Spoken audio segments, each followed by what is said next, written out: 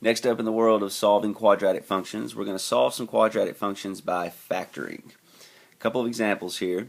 We see a quadratic function with x squared, and we've got x squared minus 14x minus 15 equaling 0. To solve quadratic functions by factoring, you got to make sure the equation equals 0. If it doesn't, you're going to have to make that happen. Mine's already equal to 0, so I can begin. This trinomial can be factored. There are two binomials that multiply to make it. To get x squared, that happened when I multiplied the first two terms, that had to have been x times x. The back two terms of the binomial multiplied to make 15. That could have been two options, 1 times 15 or 3 times 5. My back sign is a negative, so that tells me I'm looking for a set of numbers that subtracts to make 14. Had that said plus, I'd be looking for numbers that add to 14. But because it says minus, I'm looking for numbers that subtract to make 14. And the set of numbers that multiplies to make 15 and subtracts to make 14 are 1 and 15. My back sign being negative also tells me that my two answer signs have to be different. The biggest of the two numbers, which in this case is 15, is going to get whatever's in the middle. Because that sign in the middle is a negative, the 15 will get a negative, the 1 will get a positive. A negative 15x and a positive 1x will combine to make negative 14x in the middle when you do the FOIL property. Now we factored it, but we actually have not solved it yet. Now you must take each binomial and put them equal to 0. So x plus 1 equals 0 and x minus 15 equals 0. You now have two separate equations to solve, and they're both quite simple. To solve the first one, you need to get rid of that plus 1 with a minus 1. To get rid of that negative 15, get rid of it with a positive 15.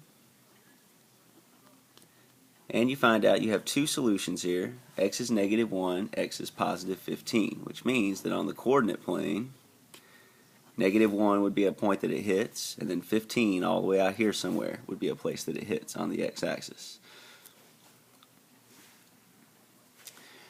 Next up, number 2. A lot more complicated. I see that right away because I see it has a leading coefficient. If your a value is something besides a positive 1, factoring these can be a little bit more time consuming. What you have to do in this situation is find the factors of your first term and last term. The factors of 4 could have been 1 and 4 or 2 and 2. The factors of my back number, 27, could have been 1 and 27 or 3 and 9. Now I need to make something called t-charts. The t-charts come about from the factors of your first term. I need a t-chart that says 1 and 4 and another one that says 2 and 2.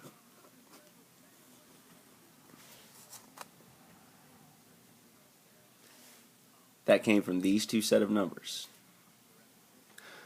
What goes into the t-chart, over here on the right-hand sides of them, are the numbers of the last term, forwards and backwards. So I need 1 and 27, 27 and 1, which is this one, forwards and backwards. And then I need 3 and 9 and 3, which is this one, forwards and backwards. I do that exact same process for the other t-chart I have.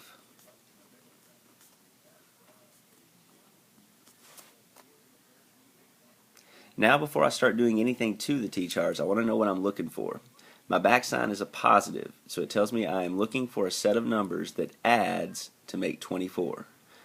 I'm going to start multiplying top times top and bottom times bottom until I find a set of numbers that adds to make 24. Now again, the more of these you do, the faster you can get at them. For example, 1 times 1 is 1, and 4 times 27, I'm not sure what it is offhand, I think it is 8. I think it's like 108, something like that. Right away, I didn't have to really figure that out to know that was going to be way too big. Remember, I'm looking for a set of numbers that adds to make 24. So I'm just going to look around and see if I can find it. For example, maybe my eye catches the 2's down here. As long as I've got every option in front of me, I can eventually try every one until I find it. But for example, 2 times 3 is 6, and 2 times 9 is 18. And if you add 18 and 6, you get 24. So that's the one I'm looking for.